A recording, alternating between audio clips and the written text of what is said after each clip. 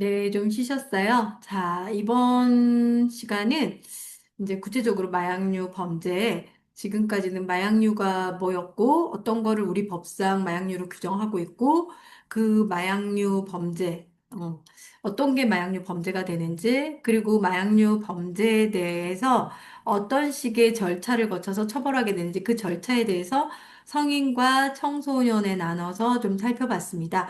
이번 시간부터는 이제 조금 마약류 범죄에 대해서 구체적으로 처벌이 어느 정도 이루어지는지 그게 이제 어떤 정도의 수위로 처벌이 이루어지는지 구체적으로 법상 나와 있는 것들을 좀 보고 구체적인 사례들도 한번 살펴보도록 하겠습니다.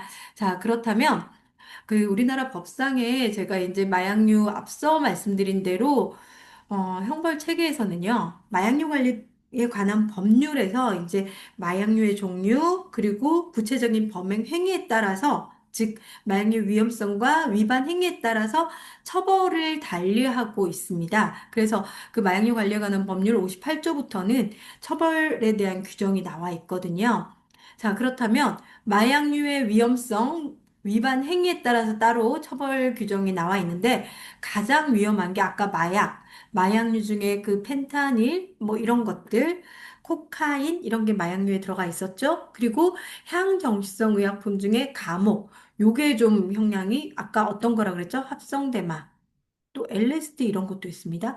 나무기 앞서 말씀드린 대로 필로폰 이런 거, 다목 아까 뭐 중국 거통편이나 바르비탈류, 대마, 라목 요 라목이 아까 수면제 뭐 이런 것들 순으로 위험성이 나와 있고 요 위험성 플러스 행위 어떤 행위를 했는지에 따라서 처벌이 달라지고 있습니다. 그래서 수출입 이게 국경을 넘어서 해외로 보내는 거를 수출, 국내로 들여오는 거를 수입.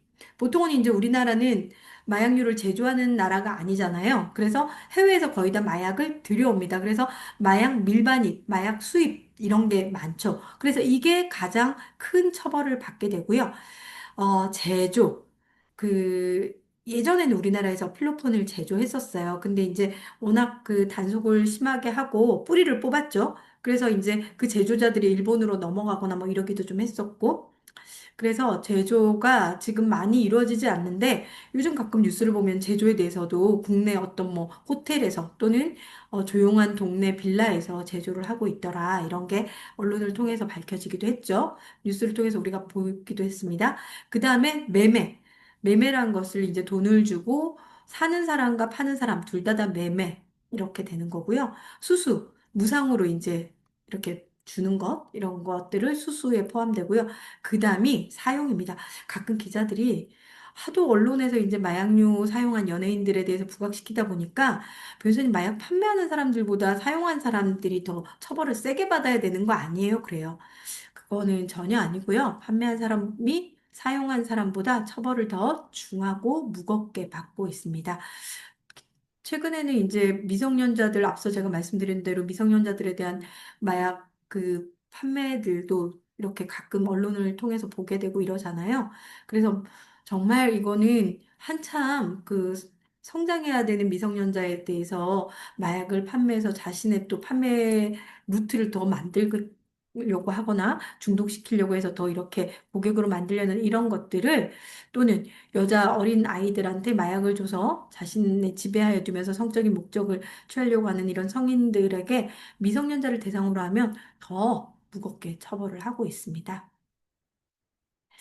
아, 게다가 이게 이제 마약류 위험성 위반 행위에 따라서 이제 이렇게 처벌을 하고 있는데 처벌 수위가 달라지는데요.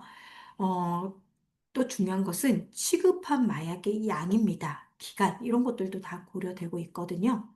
그래서 현행법상 마약류에 대해서 단속 규정은 가장 기본이 되는 게 마약류 관리에 관한 법률입니다. 요거에서 이제 기본적으로 금지 행위를 규정하고 있고 아까 처벌 규정은 58조부터라고 했잖아요. 여기에서 어떤 범죄를 저질렀을 때는 얼마의 형 이런 식으로 그리고 마약류 불법 거래 방제 관한 특례법에서는요. 여기는 이제 자신의 돈을 영업적 이득을 위해서 업으로 한 경우에는 이런 것들을 다 박탈하게 돼 있고 처벌 수위가 훨씬 더 높습니다. 형법에는 이렇게 규정이 돼 있지만 이거는 거의 이용이 우리 뭐 아편 제조 이런 것들이 거의 없기 때문에 이런 것들에 대한 거는 지금 나와 있지 않고요. 거의 그 사문화됐다고 보시면 됩니다.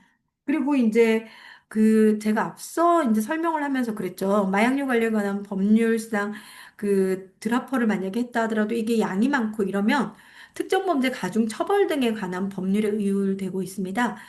본인이 취급한 마약의 양이 뭐 500만 원 이상이거나 또는 500만 원에서 5천만 원 이하 또는 5천만 원 이상일 때 이렇게 나눠져서 형량이 또 달라지고 있고 그럴 때는 무기징역 사형까지도 지금 예정하고 있기 때문에 굉장히 처벌 수위가 강하게 되어 있습니다.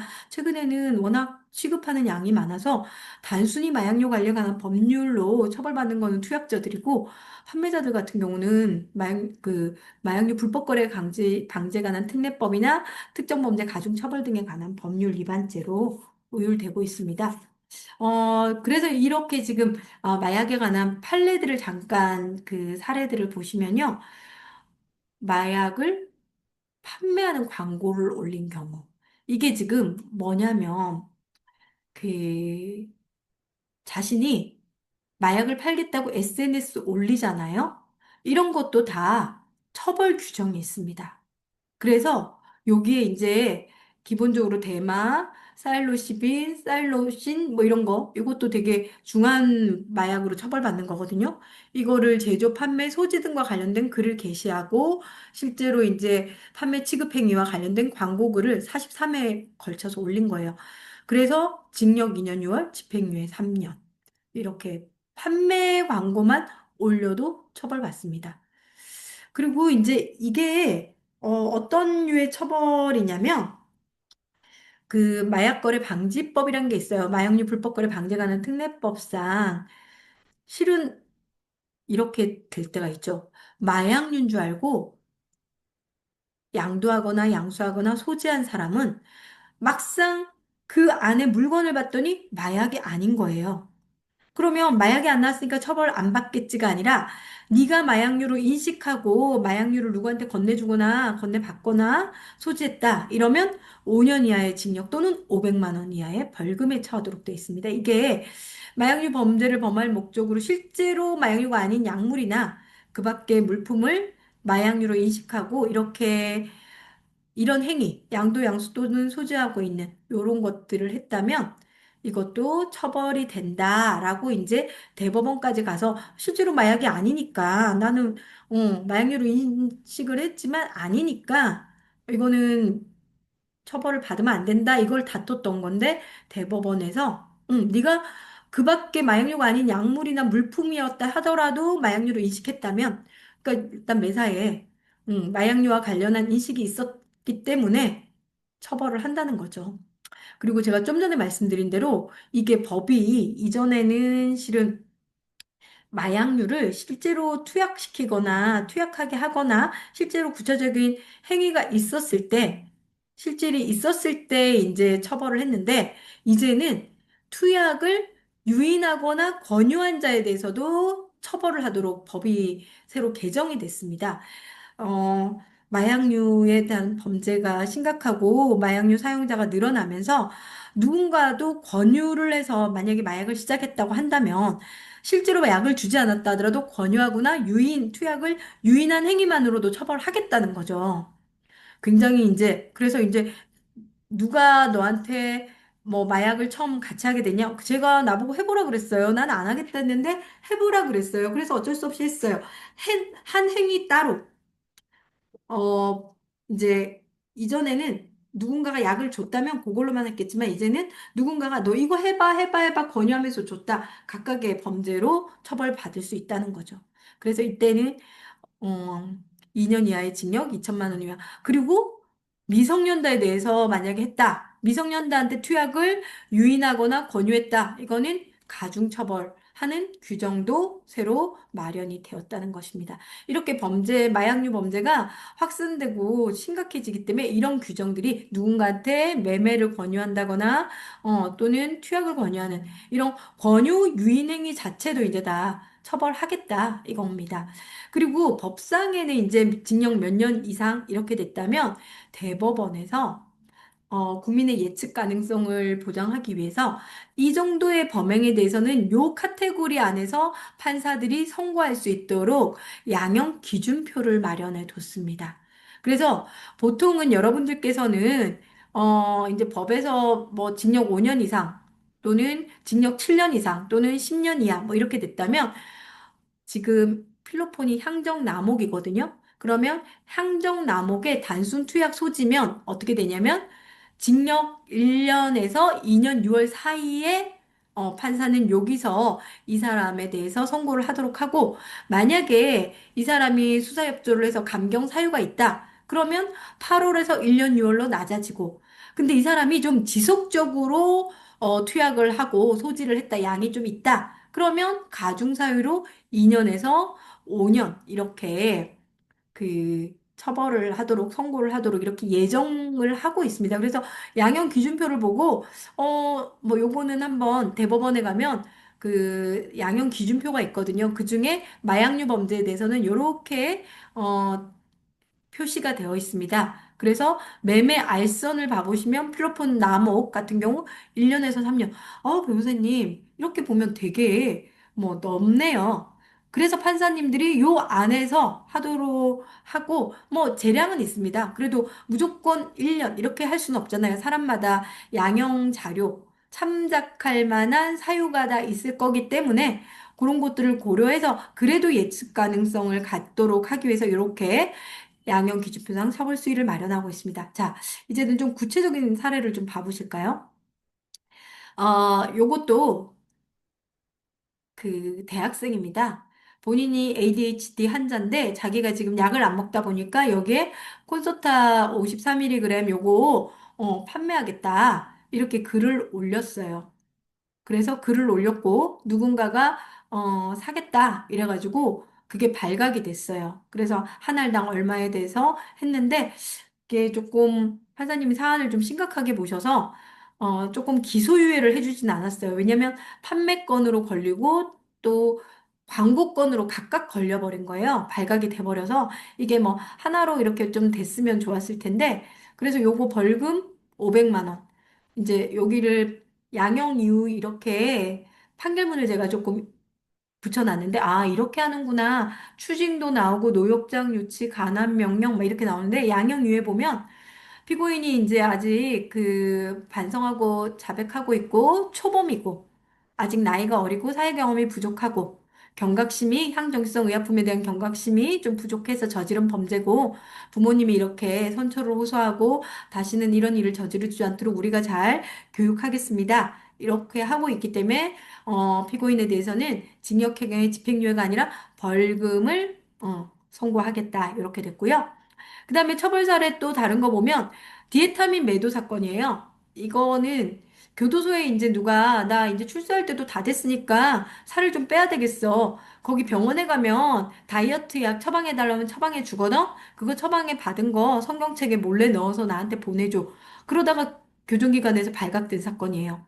그런데 이 사건에서 보면 이 조사를 받은 사람이 병원에 가서 처방받는데 이게 본인은 향정신성 의약품인지도 모르고 향정신성 의약품을 처방받아서 누구를 주면 안 된다는 걸 몰랐던 거예요. 물론 교도소에 이렇게 넣어주는 그 행위 자체가 비난을 받고 처벌을 받아야 되는 건 당연한데 본인은 이 마약이라는 인식이 전혀 없었던 거예요. 그래서 그 항변을 했지만 판사님은 어쨌거나 디에타민은 향정신성 의약품이고 향정신성 의약품을 다른 사람한테 교부한다. 요거는 돈을 받고 넣어주는 거에 대해서는 판매로 봐서 징역 6월에 집행유예 2년. 그나마 원래 판매 사범에 대해서는 실형을 많이 주는데 요 사안에서는 진짜 마약류에 대해서 좀 몰랐다는 것도 조금 뭐 법원에서는 뭐 조금 고려가 된 것 같아요. 그래서 집행유예 2년을 준 사건입니다. 그래서 실제로 요즘 그 여자 청소년들 같은 경우에는 여자들 이렇게 학생들 보면 여고생들이나 여중생들이나 다이어트에 관심이 많다 보니까 자기가 이제 다이어트 약을 처방받아서 먹다가 내성이 생겨서 그걸로는 안 되니까 더 많은 약을 먹으려고 하거나 또는 ADHD 약도 마찬가지거든요. 그렇게 다른 사람한테 처방받은 걸 파세요 해가지고 사 먹는 친구들도 많아요. 이게 다 이제 불법인데, 요런 부분들에 대한 교육이 안 되다 보니까 요 친구도, 어, 향정성의약품 몰랐다. 그리고 이게 나는 실은 뭐 돈을 받은 건 아닌데, 뭐, 고맙다고 인사한 거에 대해서 그거를 매도 대금으로 봐서 이렇게 인정이 돼서 징역 6월에 집행유예 2년 받은 사건이고요. 요거는 그 소년입니다. 청소년. 제가 앞서 잠깐 얘기 드렸죠. 청소년은 기본적으로 어, 경찰이나 검찰에서 그 가정법원 소년부로 보내던가 소년법원으로 보내서 지방법원 소년부로 보내서 보호처분을 받게 할 수도 있고 사안이 중대하면 바로 그 형사재판을 받을 수도 있다. 형사처벌을 받을 수도 있다 그랬잖아요. 요거는 청소년이 이제 해외에 누군가랑 밀반 공모해가지고 MDMA, 요게 엑스터시라는 거거든요. 엑스터시를 국내로 들여온 사건이었어요.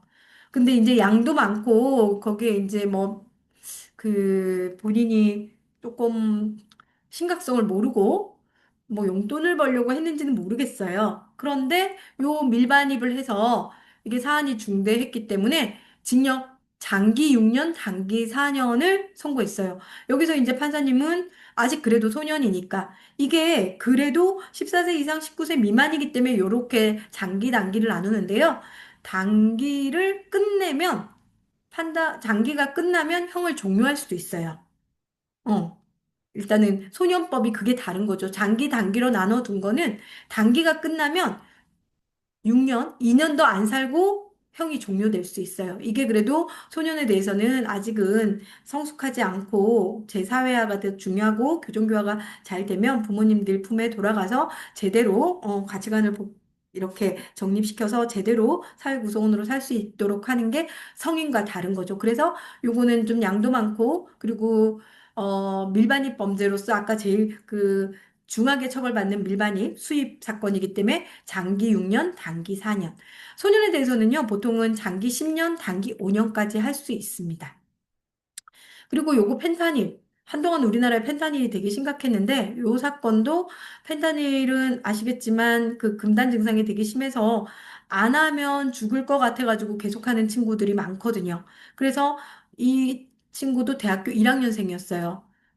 그래서 재판을 받는 동안 꾸준히 치료받고 대학교도 다니고 그래서 초범이고 사용자였기 때문에 한 번에 안에서 집행유예 3년. 요 기간 안에 이제 만약에 하면 2년 6월도 살고 또 한 거에 대한 또 처벌도 받고 그런 거죠. 그리고 요 사건도 보면 여자 청소년인데 이 고등학교 2학년이었어요. 성인 아저씨가 이제 마약을 처음에 소위 말하는 원조 교제 같은 것 같아요.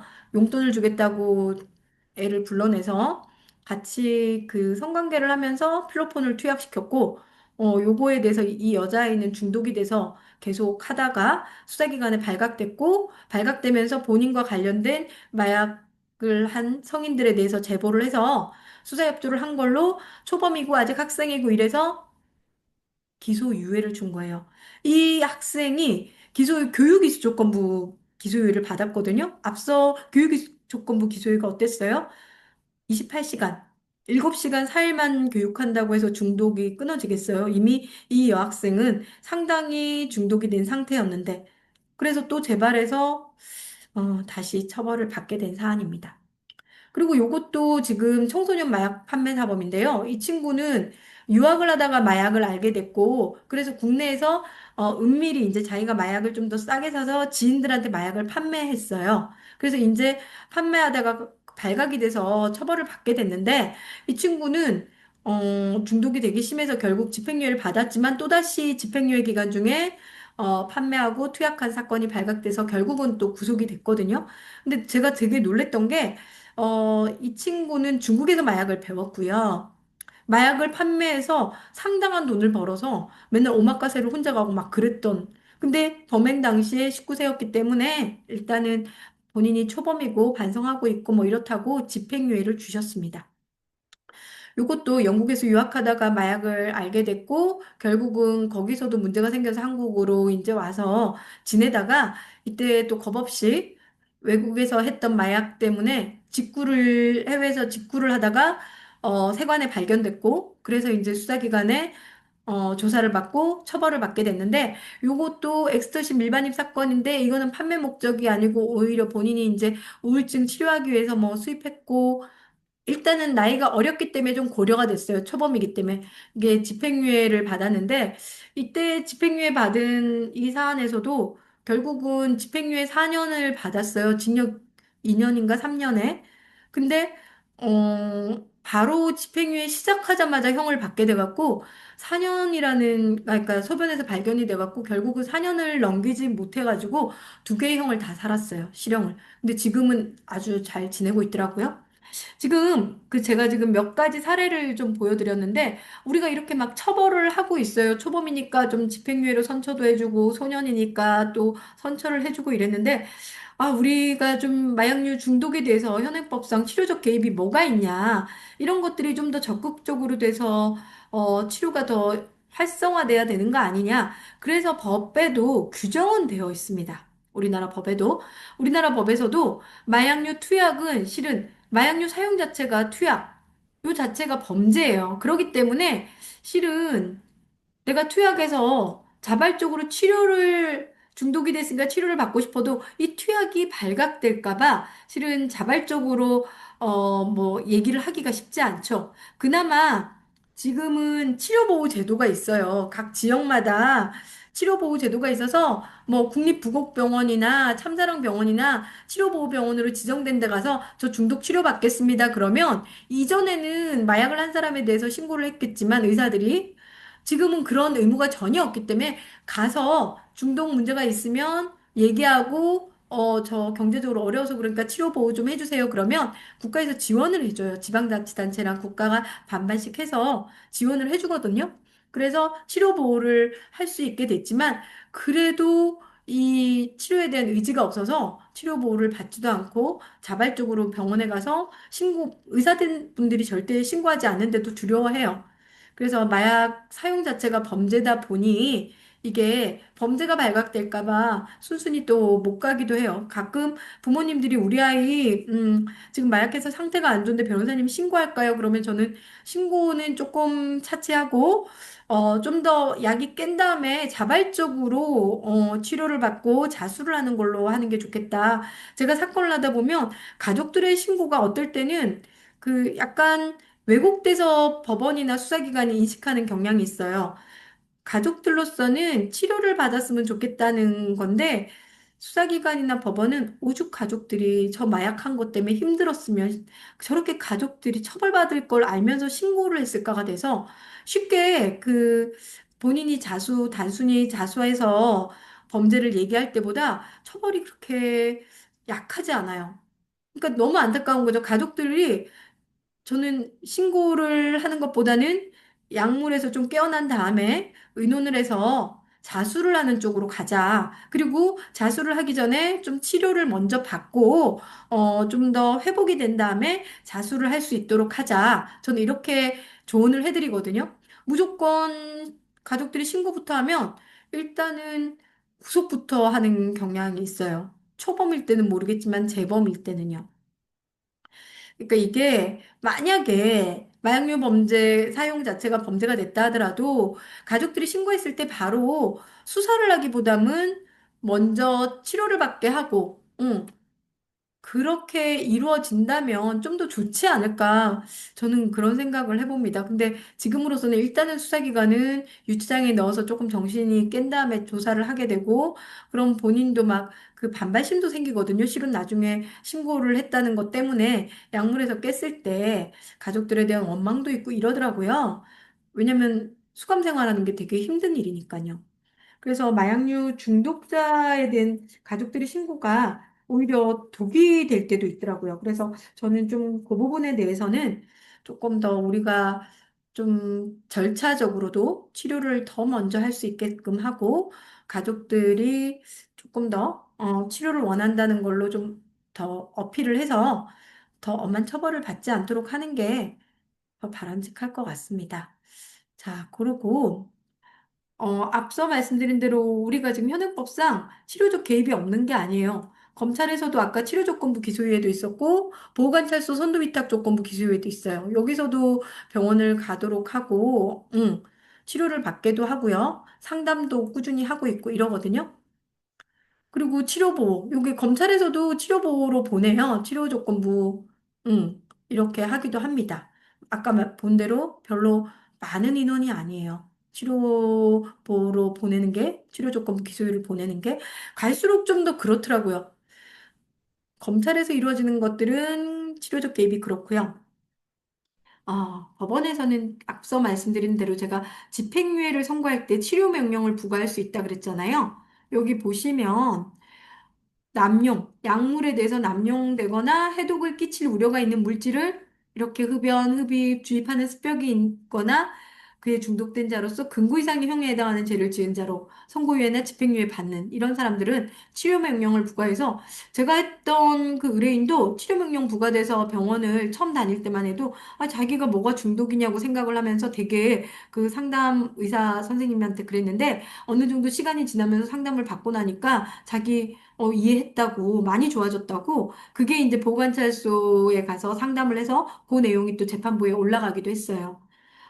우리가 지금 이렇게 우리는 그 마약 중독에 대해서 본인 스스로도 인식을 못하고 이런 제도들이 많이 활용이 되지 않다 보니까 마약하는 중독자들, 마약 중독자들은 절대 회복을 못해. 이런 게 되게 강해요, 솔직히.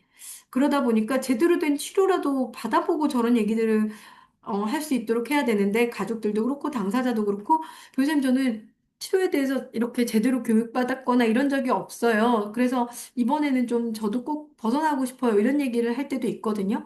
이런 절차들이 법원에도 규정이 되어 있어요. 치료 감호 등에 관한 법률에 치료 명령을 부과하도록 할 수 있다라고 돼 있는데 법원이 이거를 적극적으로 활용을 하지 않은 경향이 좀 있어요. 통계치가 많지 않아요. 앞서 말씀드린 치료 감호, 앞서 말씀드렸죠. 요렇게 마약류 남용 있거나 해독을 끼칠 우려가 있거나 뭐 이런 사람들, 금고 이상의 형에 해당하는 죄를 지은 자로 재범의 우려가 있고 치료받을 필요가 있다면 검사가 청구를 해만 되기 때문에 이게 지금 너무 안타까워요. 법원이 독자적으로 중독이 심각하고 치료를 받을 필요가 있고 재범의 위험성이 있다면 법원 단계에서도 좀 판단을 해서 치료 감호 선고를 해준다면 지금 국립법무병원에 치료 감호를 결정이 나면 그쪽으로 가는데 그쪽 병상도 그렇게 뭐 남는다고 하더라고요. 그만큼 치료 감호를 활용을 안 해요. 또 현실적으로도 치료 감호를 받는 사람들이 요게 이제 중독자들에 한해서 하다 보니까 요 사람들이 또 처벌이 더 그냥 치료 감호를 받지 않을 때가 처벌이 좀 더 낮으니까 또 활용이 또 적게 되는 경향이 있어요. 이런 여러 가지들 복합적인 게 있는데 이 제도가 이렇게 엄연히 있음에도 불구하고 치료 감호도 그렇게 인원이 많지 않아요. 그래서 좀 더 활성화시켜야지만 치료적으로 좀 더 될 것 같고요. 자, 이제 마지막 장입니다.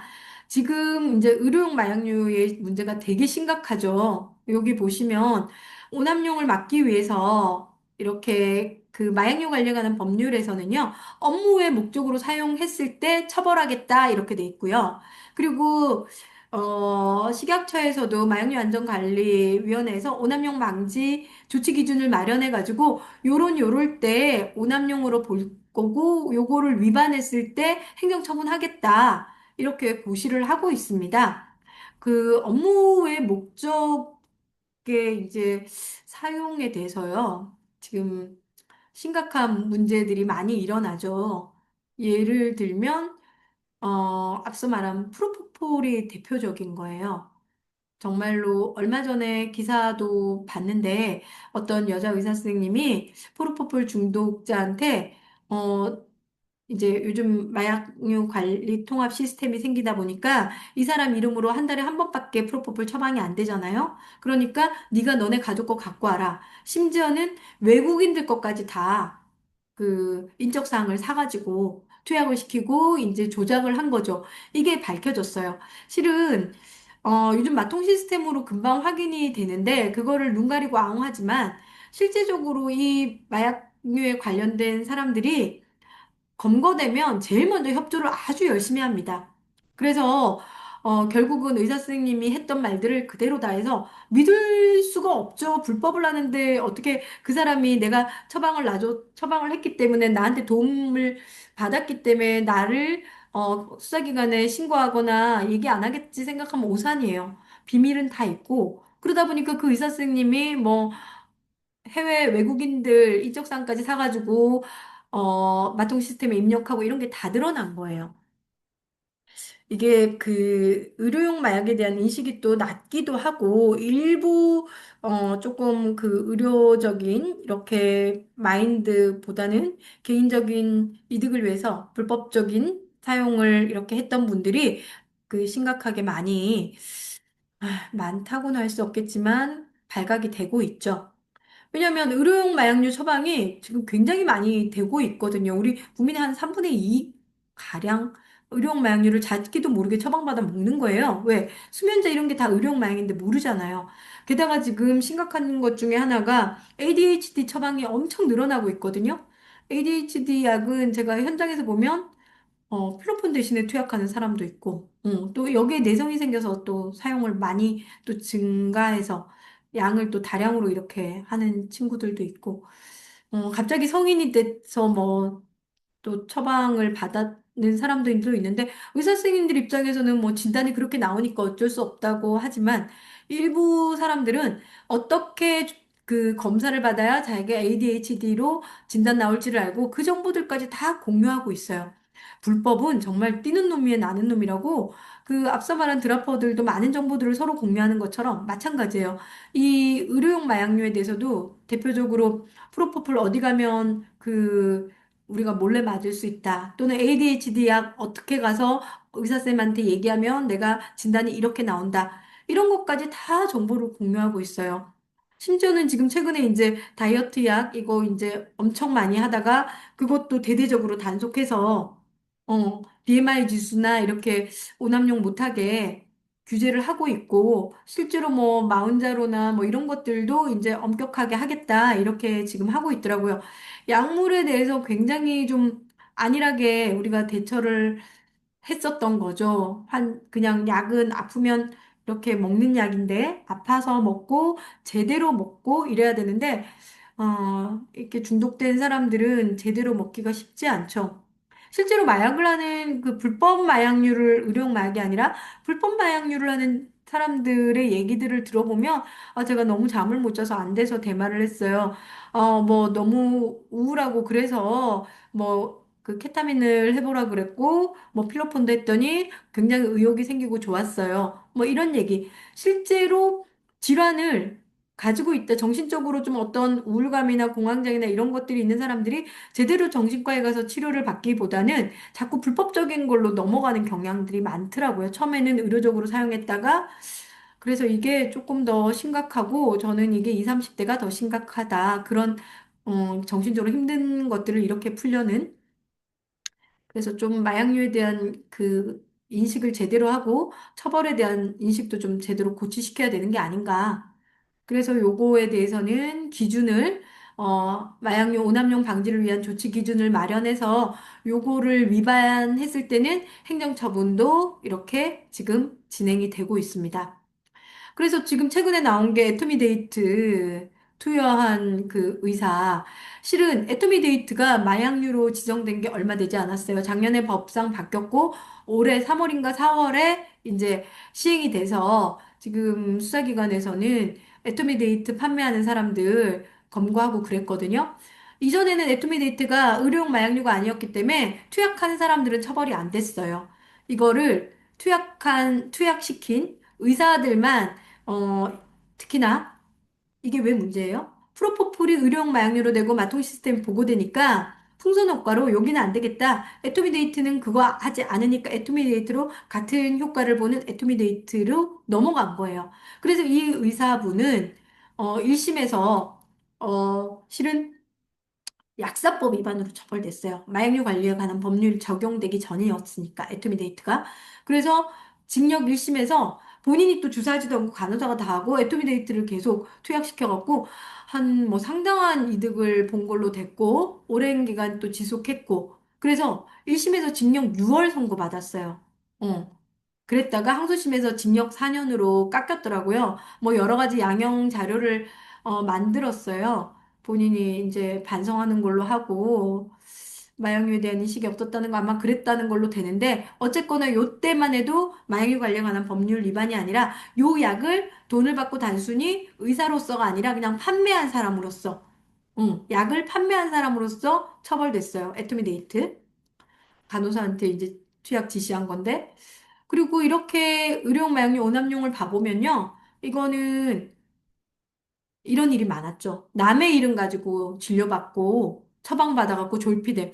이거를 엄청 양을 많이 이렇게 먹고 이럴 경우에도 남의 이름 갖고 하고 이런 것들은 주민등록법 위반도 되고 공무집행 방해도 되고 건강보험법 위반도 되고 마약류관리법 위반 본인이 다른 사람인 것처럼 진료받고 처방을 받았기 때문에 불법으로 받은 거라 마약류 관련한 법률 위반이 돼서 이분도 처음에는 딱하해서 잠을 못 잤다 그러니까 기소유예 해줬다가 그 다음에 벌금 해줬다가 몇 번을 봐줬는데도 또 이게 드러났어요. 그래서 실형을 받았어요. 응.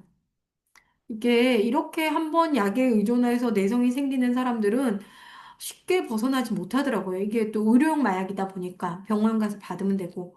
그리고 요것도 프로포폴 성형외과 의사가, 한 사람한테 이제 해준 건데, 1심에서는 나는 얘가 중독되는지 모르고 나는 의사로서 이렇게 해준 거다. 업무 목적 외 사용이 아니었다 했지만 법원으로서는 받아들여지진 않더라고요. 그래서 벌금 1,000만 원. 요렇게 했고, 이게 지금 식약처에서도 이게 되게 엄격하게 이거 식약처에서 발견한 사건이었고 의료용 뭐 남용한다고 해서 그렇고 그러다 보니까 지금 최근에는 의사가 마약류 처방 단계에서 환자의 과거 마약류 투약 내역 확인 중복 과다 사용 예방 요거를 목적으로 투약 내역 확인 의무를 두고 있어요. 그래서 요거 위반했을 때는 지금 25년 9월 19일 시행되고 있고 요 내용에 대해서 그 의사가 이 사람이 뭐 펜타닐 같은 경우는 지금 하고 있어요. 이거 지금 확대한다고 하고 있으니까 진짜로 심각한 마약류에 대해서는 그렇게 의사가 과거 이력도 확인을 해라. 근데 이제 의사분들도 지금 뭐 환자 한 사람 보는데도 시간이 많이 걸리는데 이걸 일일이 어떻게 확인하냐 그랬는데 지금 어쨌거나 이거를 제대로 확인하지 않은 경우 과태료를 부과하고 있습니다. 조금 더 의료용 마약류에 대해서는 정말 통제를 더 하겠다. 그리고 국민의 건강을 지키겠다. 뭐 이렇게 해서 심각성을 좀 갖고 있는 상황인 것 같습니다.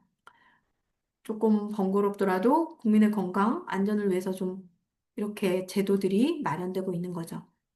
자, 이제 마지막으로 마치면서요. 실은 이제 이 강의를 들으시는 많은 분들은 마약류에 대해서 이제 그 중독되신 분들을 만나시는 분들이잖아요. 제가 오늘 이렇게 법적 절차나 이런 것들을 좀 강의를 하는 것도 실은 이분들이 치료를 받아야 되겠다라고 제대로 인식하는 순간들은 사법 절차 내에 들어왔을 때입니다. 그전에는 자신이 이렇게 발각될 거라 1도 생각하지 않고요. 본인이 중독자라는 생각도 1도 하지 않아요. 끊어야 되겠다는 것도 사법 절차 내에 들어왔을 때 어쨌든 뭐 진심일 때도 있지만 거기서 최선의 그 결과를 얻어내야 되기 때문에 그 지금 강의를 들으시는 선생님들이나 저한테 교수님 저 진짜로 다시는 안 할 거니까 한 번만 도와주세요. 치료받으러 가서도 마찬가지죠. 의사 선생님이나 간호사 선생님한테 자신이 정말 다시는 안 하겠다고. 그나마 이 사법 절차 내에 들어갔을 때 그런 생각을 한다는 거죠. 저희는 그 안에 들어왔을 때 최대한 이분들이 다시 재발하지 않도록 모든 역량을 다 투입해야 된다고 생각을 하거든요. 사법 절차 내에서 어떻게든 인식이 바뀔 수 있도록 그 안에 있는 동안 교육을 하더라도 제대로 본인이 받아들이게 되고 심각성도 그 교육 안에서 느끼게 되고, 그래서 치료의 골든타임은 사법 단계에 이렇게 들어왔을 때고, 이 들어왔을 때 끝나는 게 사법 절차가 끝났을 때 완전히 이분들은 되게 자유로워 하고, 아, 다시는 안 걸려야지. 또는 다시는 안 해야지. 이럴 수 있는데, 이게 자기들 마음대로 되는 게 아니라고 아까 제가 집행유예 그 취소되는 거 얘기 드렸잖아요. 그래서 치료 재활을 지속적으로 할 수 있는 기관을 계속 연계를 해주는 게 되게 중요한데, 이 강의를 들으시는 분들은 아마 이 연계 기관들이실 거라고 생각해요. 이분들이 처음에 사건이 끝나서, 치료의 골든타임일 때 사법 절차 내 들어왔을 때, 그래요. 치료 열심히 받겠습니다. 저 이제 사건 끝나도, 정말 치료 열심히 받겠고, 재활기관, 한국마약퇴치운동본부나 상담사 선생님한테 열심히 끊이지 않고, 놓지 않고 지속적으로 하겠습니다. 라고 얘기해놓고 연락이 끊기는 순간, 이분들은 우리는 재발했다고 볼 수밖에 없겠죠. 저는 그래서 이제 이분들이 그래도 연락을 한다는 거는 그래도 본인이 여전히 각성을 하고 잘 지내고 있다는 표현 그 의미거든요. 그래서 그럴 때는 오히려 연락을 열심히 해요. 잘 지내고 계시죠? 계속 시스템 안에 끌어들여야 되거든요. 그걸 할 수 있는 거는 결국 선생님들의 역량이라고 봐요. 그들을 이해해주고 그들이 어떤 그 위기에 봉착됐을 때 약을 선택하지 않고 선생님들한테 연결될 수 있는 이런 관계가 계속 유지될 수 있도록 하는 게 되게 중요하다고 생각하거든요. 그리고 설사, 한번 실수를 해서 재발을 했다. 그럴 때도 우리들한테 스스럼 없이 얘기를 하고 도움을 요청할 수 있도록 하는 게 이분들이 또다시 더 깊게 재발에 빠지지 않도록 하는 거라고 생각을 하고 있거든요. 그래서 이런 치료 재활을 지속적으로 할 수 있는 연계 기간이 많아야 되고 접근성도 있어야 되고 충분히 인적 네트워크 형성이 돼서 그분들을 언제든지 찾을 수 있는 그런 그 역량이 되는 전문가들이 계속 육성이 돼야 되고 유지가 돼야 되고 그렇다고 생각을 하거든요. 그래서 저는 오늘 지금 마약류 관리에 대해서 법적 절차, 어떤 처벌을 받게 되는지, 그리고 마지막으로 선생님들이 이 강의를 듣고, 이렇게 절차가 되고, 우리가 이런 식으로 돕는 게 그들한테 도움이 되겠구나.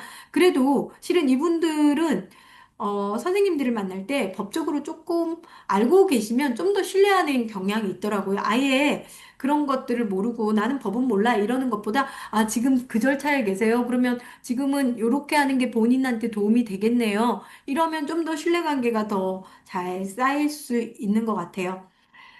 처벌보다는 치료가 우선이라고 하면서 제가 치료적 개입에 대해서도 말씀드렸는데, 처벌을 받지 않는 거는 우리나라에서 없어요. 앞서 말씀드린 대로 그러니까 투약 자체가 범죄가 되기 때문에 그럼에도 불구하고 이 횟수를 줄여가고 단약에 대한 의지를 계속 유지할 수 있도록 하는 것은 바로 치료의 효과고 재활 그 교육의 효과라고 볼 수 있거든요. 이것들을 계속 이어갈 수 있도록 선생님이나 저나 어떤 동기부여를 계속 그분들한테 할 수 있다면 참 좋겠습니다. 오늘 딱딱한 강의 어떻게 들으셨는지 모르겠어요. 하여튼 많은 도움이 되셨으면 좋겠고, 언제든지 궁금한 점이 있으면 법률적으로 제가 그 PPT 제일 앞장에 제 연락처도 적어놨으니까 도움이 필요하시면 언제든지 연락 주시면 제가 도와줄 수 있는 그런 부분이 있다면 상담도 해드리고 법률적인 상담 그리고 또 법률적인 뭐 이렇게 견해가 듣고 싶다면 그것도 할 수 있도록 하겠습니다. 오늘 긴 강의 들어주셔서 감사합니다. 고생 많으셨습니다.